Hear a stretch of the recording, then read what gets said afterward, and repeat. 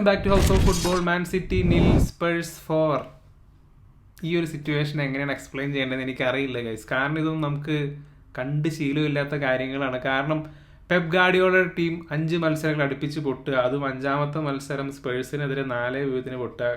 Spurs ഇതിന് മുന്നത്തെ ആഴ്ച അവർ 2 കളികൾ അടുപ്പിച്ച് പൊട്ടിയതാണ്. മാത്രമല്ല ഇപ്സ്വിച്ച് ആയിട്ട് തോറ്റ ടീമാണ്. ആ ടീം വന്ന് എത്തിഹാദിൽ വന്നിട്ട് എന്താ പറയുക, സിറ്റി ഒരു ബൗൺസ് ബാക്ക് കിടന്നു തന്നെയാണ് വിചാരിച്ചത്. കാരണം എന്താണ്, പെപ് ഗാർഡിയോള പുതിയ കോൺട്രാക്ട് സൈൻ ചെയ്തു, അതിൻ്റെ പോസിറ്റിവിറ്റി ഉണ്ട്. റോഡ്രിയുടെ ബാലൻഡിയോറിൻ്റെ പരിപാടിയൊക്കെ പ്രീ മാച്ചിലുണ്ടായി.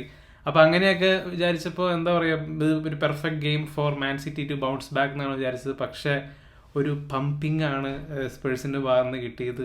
എന്താണ്, ലോക അവസാനിക്കാൻ പോവുകയാണോ?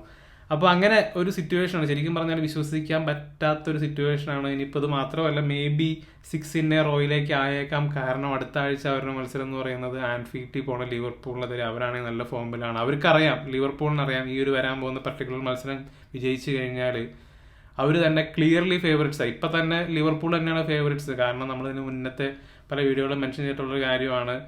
ഇപ്പം നിലവിലെ മാൻ സിറ്റിയുടെ സിറ്റുവേഷൻ, ആഴ്സണലിൻ്റെ സിറ്റുവേഷൻ, അങ്ങനെ മൊത്തം കാര്യങ്ങൾ നോക്കിക്കഴിയുമ്പോൾ, ലിവർപൂളിൻ്റെ ഫോം നോക്കിക്കഴിയുമ്പോൾ ഇപ്പോൾ തന്നെ അവർക്കൊരു ഇന്നിപ്പോൾ സൗത്ത് ആംപ്ടൺ നടക്കാൻ പോകുന്ന മത്സരത്തിൽ വിജയിച്ചു കഴിഞ്ഞാൽ പോയിന്റ് ഗ്യാപ്പ് 8 മാറും. അതുപോലെ തന്നെ ആഴ്സണലിനെതിരെ 9 മാറും. അപ്പോൾ ക്ലിയർലി അവർക്ക് വലിയൊരു ഓപ്പർച്യൂണിറ്റിയാണ് അവരുടെ മുമ്പിലുള്ളത്.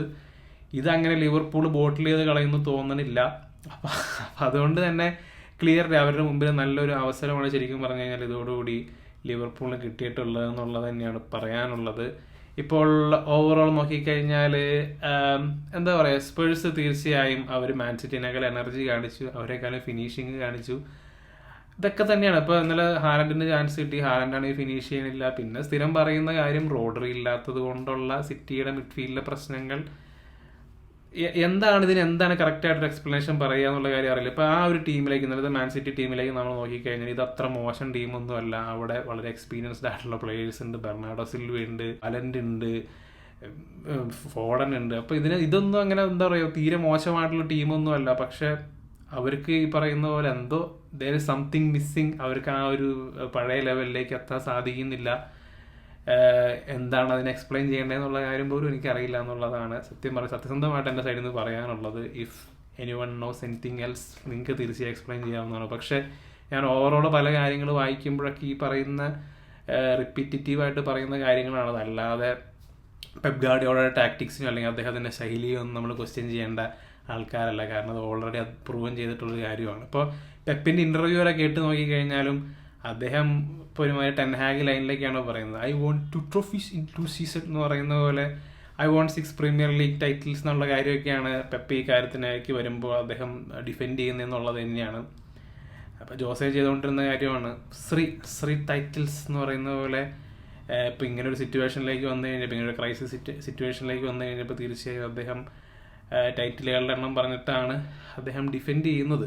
ഇപ്പം എന്തായാലും പെപ്പിനെ സംബന്ധിച്ച് there is no pressure on him. കാരണം 8-10 മത്സരം അടുപ്പിച്ച് തോറ്റ് കഴിഞ്ഞാൽ അദ്ദേഹം സാക്ക് കിട്ടുമെന്നല്ലോ. പക്ഷേ ഇത് വേറൊരു മാനേജറാണ്, വേറൊരു ടീമാണ് ഈ ഒരു സിറ്റുവേഷനെങ്കിൽ തീർച്ചയായും ഇതൊരു സാക്കബിൾ ഫോം തന്നെയാണ്. പക്ഷെ പെപ്പ് ആയതുകൊണ്ട് ഓൾറെഡി ഒരു ലെജൻഡറി മാനേജറായി മാഞ്ചസ്റ്റർ സിറ്റി. അപ്പോൾ അതുകൊണ്ട് തന്നെ അദ്ദേഹത്തിനെ സാക്ക് ചെയ്യില്ല. 8-10 മത്സരം തോറ്റ് കഴിഞ്ഞാൽ അവരെ സംബന്ധിച്ച് വലിയ വിഷയമുള്ള കാര്യമൊന്നുമല്ല. അപ്പോൾ ഈ സീസൺ പ്രീമിയർ ലീഗിൻ്റെ കാര്യത്തിൽ ഏറെക്കുറെ തീർന്നൊരു മട്ട പോലെയാണ് തോന്നുന്നത്. ഇനി അതല്ല, ലിവർപൂൾ വലിയൊരു ബോട്ടിലിംഗ് നടത്തണം. മാൻ സിറ്റി അവർ ചെയ്യാറുള്ള പോലെ ഡിസംബർ ജനുവരിയിലൊരു ലോങ് റണ്ണും അൺബീറ്റൻ റണ്ണും നടത്തണം എന്നുള്ളതാണ്. മിക്കവാറും ജനുവരിയൊക്കെ ആകുമ്പോഴേക്കും മിഡ്ഫീൽഡിലേക്ക് ആരെങ്കിലും കൊണ്ടുവരുമായിരിക്കും. അപ്പോൾ അങ്ങനെയാണെങ്കിൽ തീർച്ചയായും ഫോമും കാര്യങ്ങളൊക്കെ മെച്ചപ്പെടും. പക്ഷേ ജനുവരി വരെ എത്താനായിട്ട് ഇനി സമയമുണ്ട്. ഡിസംബറിൽ ഇനിയും ഒത്തിരി മത്സരങ്ങളുണ്ട്. അപ്പോൾ അതോടുകൂടി തന്നെ ബാക്കിയുള്ള ടീമുകൾക്ക്, എസ്പെഷ്യലി ലിവർപൂളിനാണ് ഇതിനകത്ത് ഏറ്റവും നല്ലൊരു ഓപ്പർച്യൂണിറ്റി എന്ന് തന്നെ പറയാം. So what do you guys think എന്നുള്ള കാര്യം തീർച്ചയായും കമൻ്റായിട്ട് ഇടുക. മറ്റൊരു വീഡിയോയുമായി വീണ്ടും കാണാം.